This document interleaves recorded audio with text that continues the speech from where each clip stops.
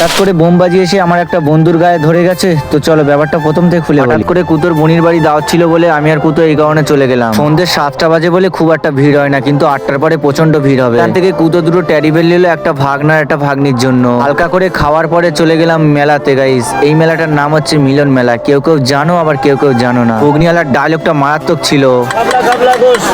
আরে লাফাচ্ছে মুরগি লাফাচ্ছে। এরপরে আমরা একটু চেকে দেখলাম যে কেমন মুরগিটা লাফাচ্ছে। সবে 8টা বাজে, মোটামুটি ভালোই লোক জড়ো আছে। কিন্তু এখানে গাইস এত সুন্দর ফটোশুটের লাইন করেছে না, তোমরা যারা যারা ফটোশুট করতে ভালোবাসো গাইস এখানে চলে আসবে। মারাত্মক মারাত্মক ফটোশুট গাইস। 8টা বাজদি না বাজদি এত ভিড়, এখানে এত ভিড় তুলনার বাইরে গাইস। পুরো এখানে সিস্টেমটা হ্যাং করে দেবে, মারাত্মক ভিড় গাইস। আমি আসবো না করছিলাম, বাড়ি বসেছিলাম, কিন্তু মিস্ত্রি আমার ফোন করে জোর করেছে, এই কারণে আমি চলে এলাম। সত্যি কথা এখানে না আসলে বুঝতে পারতাম না যে এত সুন্দর লাইটিং। সত্যি এখানে এসে গাইস মনটা ফ্রি হয়ে গেছে গাইস। মিলন মেলা মানে এই না যে তোমরা এখানে আসলে যে মিলন হবে। দেখো ভাগ্যের ঝাড় যেখানে থাকবে ঠিক ইনশাল্লাহ তারই মিলন হবে। তবে আমার মিলন হওয়ার কোনো ইচ্ছা নেই গাইস। সত্যি কথা আমি মেয়েদেরকে বিশাল ভয় পাই। ওরা কাছে টেনেও লায় আর দূরে ঠেলেও দেয়।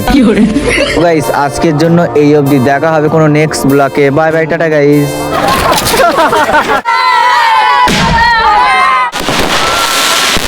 এর পরের পার্টে একটা মারাত্মক বোমবাজি নিয়ে ভিডিও আছে। ভিডিওটা দেখার জন্য অবশ্যই ফলো করে নিও।